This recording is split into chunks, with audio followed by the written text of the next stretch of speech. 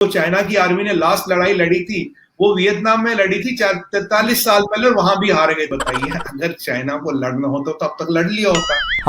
किस चीज का, किस मुहूर्त का, हमारे यहाँ तो मुहूर्त देखा जाता है, अच्छे दिन सितारे देखे जाते हैं, किस सितारे का जी जिनपिंग इंतजार कर रहे हैं।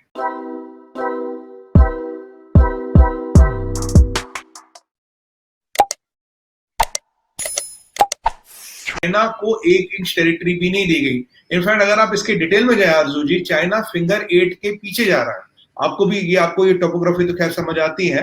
फिंगर 8 के पीछे जा रहा है। फिंगर 4 से फिंगर 8 का फासला 8 किलोमीटर है। आज पहली बार 15 साल बाद चाइना 8 किलोमीटर पीछे जा रहा है with man, machinery, equipment and infra. इन चार को वो 8 किलोमीटर पीछे धकेल रहा है। तो इसमें बताइए, हमने 1 इंच भी टेरिटरी कहां दी? हम धन सिंह थापा पोस्ट पे थे, हैं और रहेंगे। और इसमें एक और चीज जो निकल के आ रही है, जो दोनों देशों के आमने सामने टैंके थी, वो टैंके पीछे चली गई है। और अब ये मेजर डिसएंगेजमेंट है। वैसे भी आप जानते हैं आरजू जी, जो पैगोंग त्सो लेक है, उस पर जो कैलाश रेंज है, कैलाश रेंज करीब 430 किलोमीटर की है। जो हमारी हाइट्स का डोमिनेशन है, 100-125 किलोमीटर, तो हमने पहली बार 1962 के बाद कैलाश रेंज को डोमिनेट किया। पूरा पैगोंग त्सो लेक को हम हाइट्स के कारण डोमिनेट करते हैं। मुझे नहीं लगता कि चाइना जब इतनी डिसएडवांटेज में है, वो कोई हमाकत या हरकत करना चाहिए, क्योंकि वो बहुत बड़ी डिसएडवांटेज में आएगा। कारण और भी है। चाइना के पास हाई ऑल्टीट्यूड वॉरफेयर का कोई तजुर्बा नहीं है। आप तो जानते हैं, हम तो सियाचिन में अब 30 साल से हैं। देखिए जी, हमारे पास हाई ऑल्टीट्यूड वॉरफेयर की ट्रेनिंग है, हमारे पास सियाचिन का एक्सपीरियंस है, हमारे पास बैटल हार्डन्ड आर्मी है। जो चाइना की आर्मी ने लास्ट लड़ाई लड़ी थी वो वियतनाम में लड़ी थी 43 साल पहले, और वहां भी हार गए। चाइना का एक बड़ा लीडर वहां दिखाने। अब हमारे यहाँ देश देखिए, राजनाथ सिंह जी कहीं बार गए हैं। मोदी जी तो खुद लद्दाख की जमीन पे जाके चाइना को सुना है, इस जनर को बता दिया हमारी पोजीशन क्या है। नरवाने साहब, सीडीएस रावत साहब, ये सब आपने देखोगा मीडिया के जरिए, आपने देखो बार बार जाते रहे, ट्रूप्स का मनोबल बना रहे।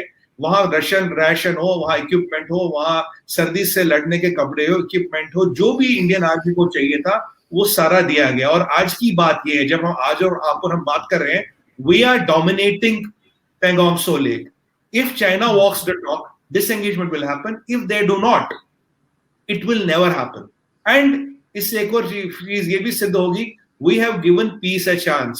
और मुझे बताइए आरजू जी, चाइना को मिला कर 1 इंच जमीन तो ले नहीं पाए। जो उनका परसेप्शन था मिलिट्री पावर का, कोई हमारे सामने जी खड़ा नहीं हो सकता।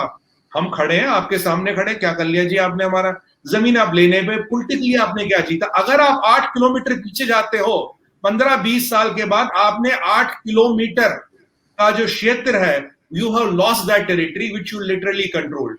So I don't know what China is going to get out of it. अगर आज चाइना पीछे हट रहा है, क्योंकि आप ये देखिए, कोरोना के पीक में उन्होंने हम हिमाकत शुरू की थी। आज उनके हाथ क्या लगा, मैं आपको बता रहा हूँ। गलवान में कितने लोग मरे जी जिनपिंग के, वो तो नहीं बता रहा। अमेरिकन इंटेलिजेंस मोसाड और फ्रेंच कह रहे 135 लोग मरे। हमारे 20 भाई शहीद हुए थे, हमने उनको स्टेट फ्यूनरल दिया आरजू जी, उनके नाम है, उनको भी अवार्ड भी मिला, कर्नल बाबू को भी अवार्ड भी मिला, मैं घर हुआ उस पर। बट जो चाइना के लोग मरे, जो चाइना का सिपाही मरा, उसको तो कोई नहीं जानता वो कौन था, कितने थे, ये तो बताओ। और डिप्लोमेसी में जो हम वैक्सीन डिप्लोमेसी करें, उसमें भी हम बहुत आगे निकल गए। कल तक 22 कंट्रियों को आरजू जी वैक्सीन जा चुकी है, 23 मिलियन डोज जा चुके, 70 लाख लोगों को इंडिया में वैक्सीन लग चुकी है। 64 कंट्रीज की लिस्ट है मैडम, जिन्होंने हमें वैक्सीन के लिए अप्रोच किया। उस जो मैंने आपको 23 मिलियन डोजेस बताया, उसमें से करीब 20% कंट्रियां ऐसी है, या 20% ऐसा वैक्सीन है जो फ्री ऑफ कॉस्ट भी दिया हमने।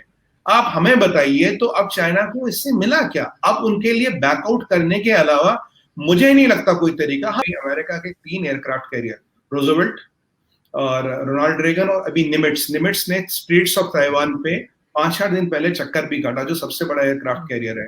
और ये स्ट्राइक ग्रुप है आरजू जी। अब स्ट्राइक ग्रुप का मतलब इसके साथ सबमरीन, रिकॉग्निसेंस एयरपोर्ट, फ्रीगेटर, डिस्ट्रॉयर सब चलते हैं।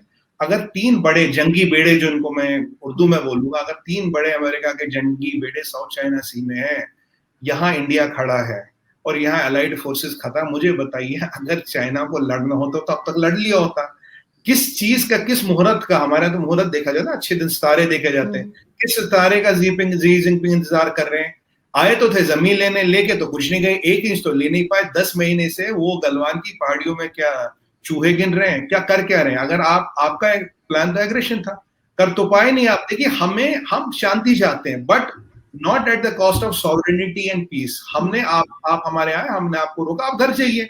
अब तो उनको, मुझे तो लगता है यही समझ आ गया आरजू जी, घर जाओ नूडल खाओ, यही उनको समझ आ रहा है। घर जाने की तैयारी करें, टेंट तंबू हटा रहे, हट जाएंगे तो अच्छी बात है, नहीं जाएंगे तो हम भी तैयार है। 10 महीने से तो देख लिया, एक जो परसेप्शन था ना आरजू जी चाइना को लेके, भाई चाइना के सामने कोई खड़ा नहीं हो सकता, चाइना विल डिसमेंटल, कहाँ है वो परसेप्शन, कहाँ है वो चाइना, कहा क्या कर पा रहे हो आप मुझे बताइए, आपने इंडिया का क्या कर लिया इतने टाइम में।